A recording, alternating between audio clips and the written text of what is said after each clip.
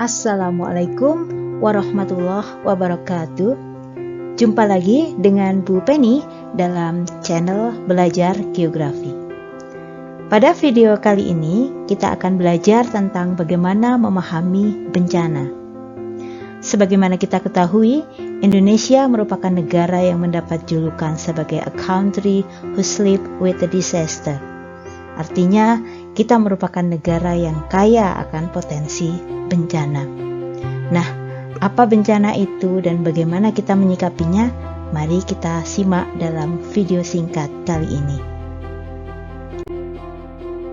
Berdasarkan Undang-Undang Nomor 24 Tahun 2007 tentang Penanggulangan Bencana, bencana adalah peristiwa atau rangkaian peristiwa yang mengancam dan mengganggu kehidupan dan penghidupan masyarakat yang disebabkan baik oleh faktor alam dan atau faktor non-alam maupun faktor manusia, sehingga mengakibatkan timbulnya korban jiwa manusia, kerusakan lingkungan, kerugian harta benda, dan dampak psikologis.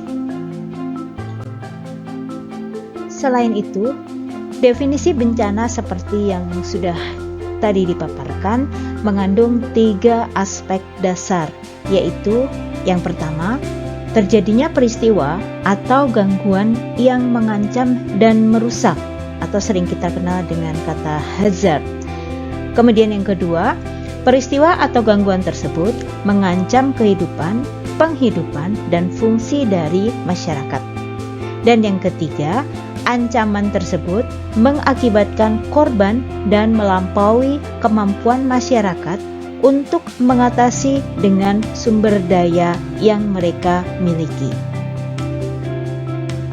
Bencana dapat terjadi karena 2 kondisi, yaitu adanya peristiwa atau gangguan yang mengancam dan merusak yang kita kenal dengan hazard tadi, dan kerentanan atau vulnerability masyarakat.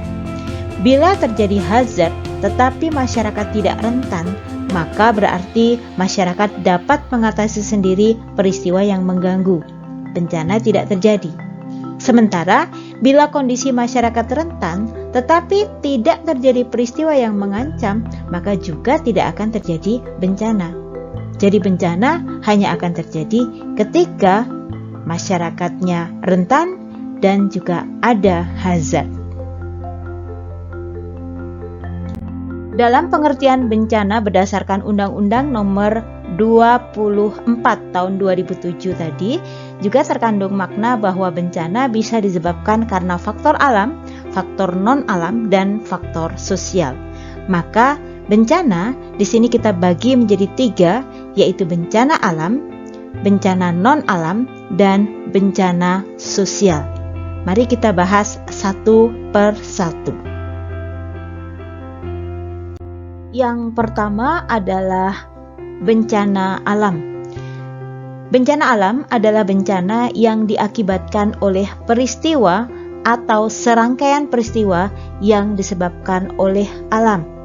Antara lain bisa berupa gempa bumi, tsunami, gunung meletus, banjir, tanah longsor, angin kencang atau yang sering kita kenal dengan angin puting beliung, dan juga kekeringan.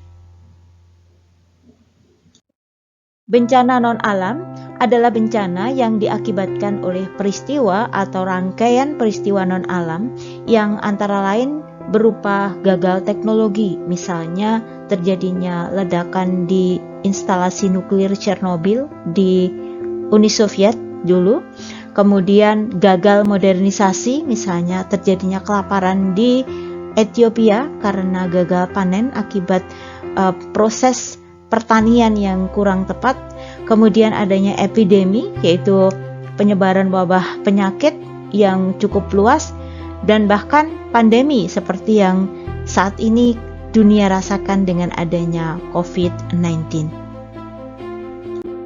Dan yang ketiga, bencana sosial adalah bencana yang diakibatkan oleh peristiwa atau serangkaian peristiwa yang diakibatkan oleh manusia yang meliputi konflik sosial antar kelompok atau antar komunitas masyarakat dan juga teror. Termasuk di sini adalah perang. Nah, kita sering menyaksikan di mana-mana di permukaan bumi ini ada peristiwa refugees ya, atau mereka yang akhirnya mengungsi karena adanya konflik-konflik di lokasi mereka tadinya tinggal. Bencana alam di muka bumi ini hadir kadang-kadang tanpa ada tanda-tanda. Untuk itu, kita sebagai manusia yang berbudaya harus paham betul apa yang harus kita persiapkan dalam rangka menghadapi sebuah bencana. Inilah yang kemudian melahirkan istilah mitigasi bencana. Mitigasi bencana ini merupakan suatu upaya yang dilakukan untuk mengurangi dan menghapus kerugian dan korban yang mungkin terjadi akibat bencana. Menurut Peraturan Kepala Badan Nasional Penanggulangan Bencana atau BNPB nomor 4 tahun 2008 tentang pedoman penyusunan rencana penanggulangan bencana, rangkaian kegiatan penanggulangan bencana dapat digambarkan melalui siklus seperti pada gambar yang saya tayangkan ini. Dalam diagram ini, kita mulai membaca dari tahap prabencana.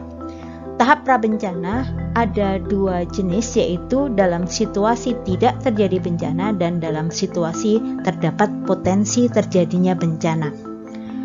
Dalam tahap prabencana, dalam situasi tidak terjadi bencana, maka yang harus dilakukan adalah perencanaan penanggulangan bencana. Kemudian juga pencegahan dilakukan dengan cara mengurangi ancaman dan kerentanan pihak yang terancam bencana. Pemanduan dalam perencanaan pembangunan dilakukan oleh pemerintah atau pemerintah daerah melalui koordinasi, integrasi, dan sinkronisasi. Nah, di sini kita juga harus mulai membangun persyaratan analisis resiko bencana. Kemudian juga harus dilakukan pendidikan dan pelatihan serta persyaratan standar teknis penanggulangan bencana. Adapun dalam situasi terdapat potensi terjadinya bencana, maka yang harus dilakukan adalah kesiapsiagaan. Kemudian dilakukan juga peringatan dini, di mana di sini dilakukan untuk pengambilan tindakan yang cepat dan tepat untuk mengurangi risiko terkena bencana serta mempersiapkan tindakan tanggap darurat. Kemudian dalam situasi ini juga dilakukan mitigasi bencana, dilakukan untuk mengurangi risiko bencana bagi masyarakat yang berada pada kawasan rawan bencana. Tahap berikutnya dalam siklus penanganan bencana ini adalah tahap tanggap darurat. Tanggap darurat adalah serangkaian kegiatan yang dilakukan dengan segera pada saat kejadian bencana untuk menangani dampak buruk yang ditimbulkan, yang meliputi kegiatan penyelamatan dan evakuasi korban, harta benda, dan pemenuhan kebutuhan dasar, pelindungan, pengurusan pengungsi, serta pemulihan sarana dan prasarana. Terakhir adalah tahap pemulihan pasca bencana. Penyelenggaraan penanggulangan bencana pada tahap ini meliputi rehabilitasi, yaitu melalui kegiatan perbaikan lingkungan daerah bencana, perbaikan sarana prasarana, bantuan perbaikan rumah, pemulihan sosial, psikologis, pelayanan kesehatan, rekonsiliasi atau resolusi konflik, pemulihan sosial ekonomi budaya, pemulihan keamanan dan ketertiban, pemulihan fungsi pemerintah, dan pemulihan fungsi pelayanan publik. Yang kedua adalah rekonstruksi, yaitu dilakukan melalui kegiatan pembangunan yang lebih baik. Demikian paparan mengenai kebencanaan, semoga bisa difahami dan bermanfaat bagi semua pihak. Saya ucapkan terima kasih atas perhatiannya. Wassalamualaikum warahmatullahi wabarakatuh.